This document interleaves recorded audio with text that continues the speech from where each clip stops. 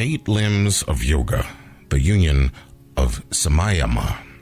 Samyama is a Sanskrit term which describes the uppermost 3 limbs of Raja Yoga as outlined in Patanjali's Yoga Sutras.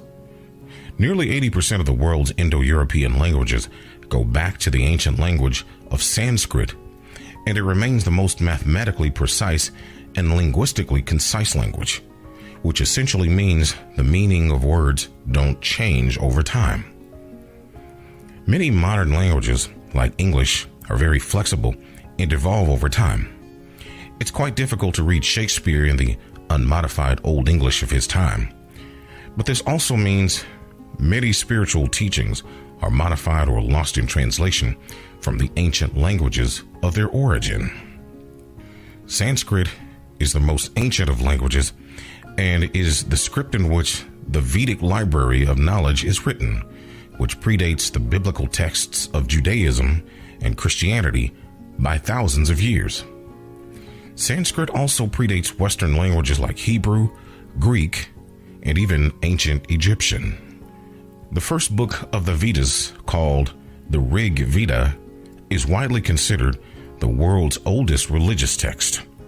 Some historians and religious scholars believe it was likely passed down through rhythmic chanting for thousands of years before the invention of writing. While most people who have taken a yoga class know of a few of the lower limbs of yoga, the study of the higher aspects of yoga is rare, even among modern yogis who teach in yoga studios. Here are the lower limbs of yoga. Number 1, YAMA, attitudes toward our environment. 2, NIYAMA, attitudes toward ourself. 3, ASANA, the physical postures. 4, PRANAYAMA, restraint or expansion of the breath. Number 5, PRATYAHARA, withdrawal of the senses. These 5 lower limbs of yoga form the foundation to establish yourself in the much more important and spiritually transformative power of the higher limbs of yoga. Built upon the practical knowledge of the lower limbs, the higher teachings of yoga are very similar to flow. The higher limbs of yoga involve the simultaneous practice and experience of DHARANA, complete focus or concentration. Number 7, Dhyana, meditation or contemplation.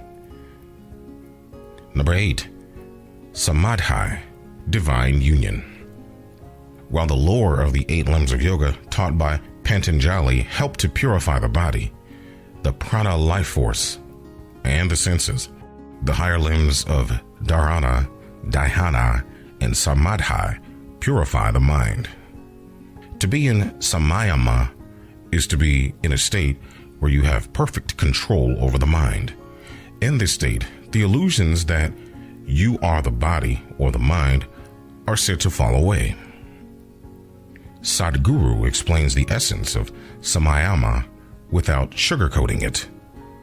Another of my favorite yoga teachers is Jeffrey Armstrong, who's a Western teacher of Eastern wisdom who has studied the Vedic knowledge for over 40 years. He talks about the depths of the great teachings of India and the cultural influence worldwide of the Vedas. He has an interesting way to explain the union of yoga and the flow of consciousness through technological metaphors that many people today can closely relate to. Maharishi Mahesh Yogi, who was the founder of the movement known as Transcendental Meditation, also has a fascinating way of describing the value of Vedic knowledge. Here, he talks about merging all channels of knowledge into one single enlightened awareness as the goal of Vedic education.